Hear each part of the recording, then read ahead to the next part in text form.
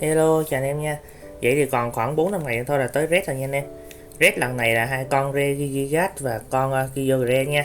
Thì mình nhắc lại cho mấy anh em newbie á là sự kiện Red the Round là một cái sự kiện để cho mình lấy S cộng nha anh em. Thì mình cần quay 8 lần nhân 10 và mất khoảng 20.000 kim cương, xui lắm thì 22.000 kim cương nha. Thì mình sẽ sở hữu được con S cộng đó ha. Chứ nếu anh em mà dưới 20.000 kim cương thì không nên tham gia nha. Nếu không có gì thay đổi hoặc có thông báo gì mới á thì lần này sẽ là red của hai con này nha anh em. Ở đây mình thấy có một cái là game nó mới đổi lại là con này, con Regigas hồi trước là cái bộ tiềm năng potential là công, dạng công, bây giờ đổi lại thành dạng kỹ nha anh em. Giờ mình làm clip cho anh em mình mới để ý anh em. Con Regigas lúc nó mới ra là nó là dạng attack, dạng công nha, đó nó phải hình dáng khoảng như con ray của mình vậy đó. Tự nhiên bây giờ game nó đổi vào dạng kỹ rồi anh em. Đó, mình mới thấy luôn á, chắc nó mới đổi á. Đó thì con Regigas này mình nói sơ sơ cho anh em chút xíu nha. Con này 3 lượt đầu á thì những chỉ số đam với là tốc độ của nó là giảm một nửa, và những chỉ số HP là chỉ số phòng thủ tăng cấp đôi, cho nên 3 lượt đầu nó thủ rất là cứng. Cho đến lượt thứ tư thì những chỉ số sẽ trở lại bình thường, và lúc này nó nổ liền nha anh em. Và nếu mà nó tắm sao á thì nó sẽ được cộng thêm sát thương vật lý rất nhiều, cho nên con này là một con đam rất to càng về sau nha.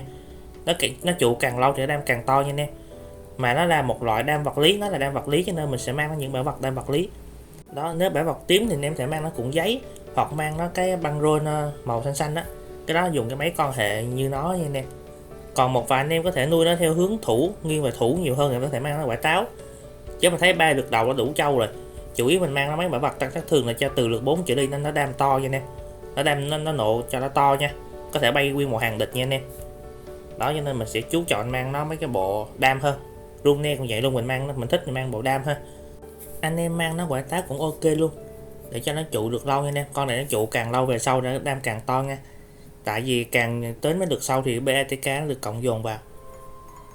Nếu mà lên 11 sao á thì nó nộ ngày càng nhanh nha anh em, nó nộ nhanh lắm. Nếu 11 sao á thì nó nộ lần đầu, rồi những cái lần nộ tiếp theo nó sẽ nhanh hơn nha, nó sẽ nhanh đầy nộ hơn nha anh em.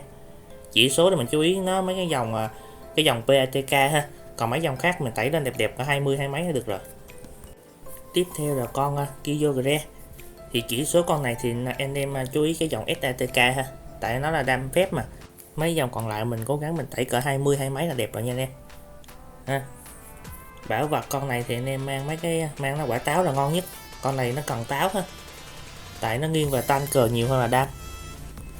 Có thể Regigas người ta là kén chọn, nó không có thích chơi, tại vì có nhiều con đam sắp tới nó khá là mạnh ha. Nhưng mà con Kyo này thì nó khá là hữu dụng, tại vì chỉ có một con S cộng duy nhất ở thời điểm này là con Kyogre nè, là nó giải khống chế nha anh em.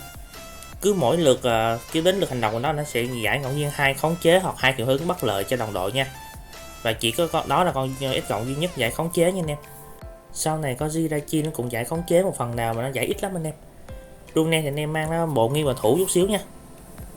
Lúc nó mới ra thì vẫn nhiều anh em nuôi nó theo hướng đam, chứ bây giờ khi S cộng mới ra nhiều hơn rồi á thì Kyogre này là chủ yếu để cho vào tem để giải khống chế thôi nha anh em.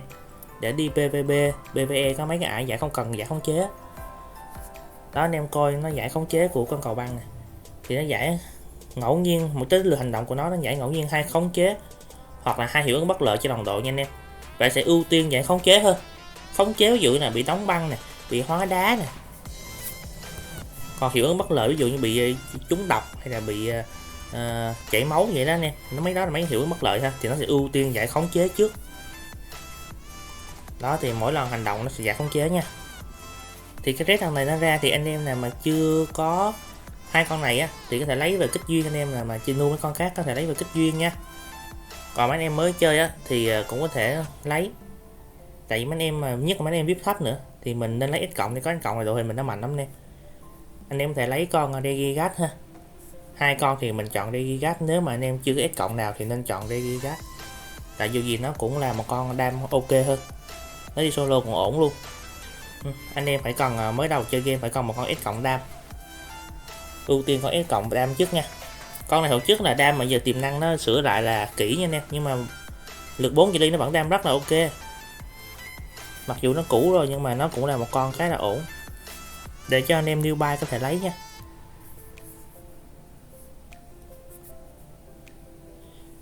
Ok, anh em xem nó đi solo nha, anh em xem Regigas nó solo nha anh em, mình thấy khá là ổn nha. Cái này là clip của một ông nuôi nó mạnh, nuôi 7-8 sao gì đó nha, và đi solo cân 3 nha anh em. Con này đặc biệt 8 sao rất là ok đó. Bên Trung thì người ta nấu kén chọn, nó không thích con này lắm, nhưng mà mình đánh giá nó cũng khá là ok. Nếu lên 8 sao 1 sao cũng khá là mạnh nha. Đặc biệt là 3 lượt đầu là nó chống chịu rất là tốt, nó thủ rất là trâu ha. Nó có thể hứng được vài đòn ulti của những con đam to như Mega Ray chẳng hạn, hoặc là Mewtwo ha. Cái nhược điểm lớn nhất con này mình đánh giá là cái bộ skill của nó không có lợi cho tem, có nghĩa nó không tăng cho tem cái gì hết á, nó chỉ mạnh đối với bản thân của nó thôi, còn đối với tem nó không có tăng gì hết cho tem nha anh em. Cho nên nhiều khi người ta kén chọn là cũng vậy. Sau này số lượng S cộng đam ra nhiều hơn thì con Gigas này có thể bị out nha anh em. Mình ví dụ Evento đi, thì bộ skill nó có lợi cho tem hơn, tức nghĩa là nó đầu trận nó hóa đá một mục tiêu nè, đầu trận nó tạo kén và nó bảo kê một đồng đội ở phía sau. Ví dụ mình để con Ray Mega mình phía sau Evento ha, thì 3 lượt đầu nó không có bị nhận những cái sát thương mà hàng dọc nha anh em. Đó, cho nên là mấy con về sau nó có bộ skill nó có lợi cho tem hơn, cho nên Regigas này là có khả năng là bị out. Còn Kyogre mặc dù đã cũ rồi nhưng mà đâu đó nó vẫn còn tác dụng, vẫn còn nhiều người xài để nhờ nó để giải khống chế cho mấy con đam chính đó anh em. Ví dụ như con Ray đây nè, vừa vào là bị ăn khống chế con Kyurem, hoặc là của con Evento nha anh em, hoặc là của con Meloetta, cho nên phải nhờ đến con Kyogre nó giải nha anh em. Sắp tới Kyogre khả năng cao là vài tháng tới sinh nhật game cuối tháng 3 thì khả năng nó là con SS thứ 3, nó sẽ mở Kyogre Prime nha anh em, khả năng cao là vậy nha. Thì ok anh em xem mình là thêm một trận BK của hai em này nha, thì anh em xem clip vui vẻ nha anh em, cùng chờ đến thứ 5 tuần sau để mình quay lấy hai em nó nha anh em. Bye bye anh em nha.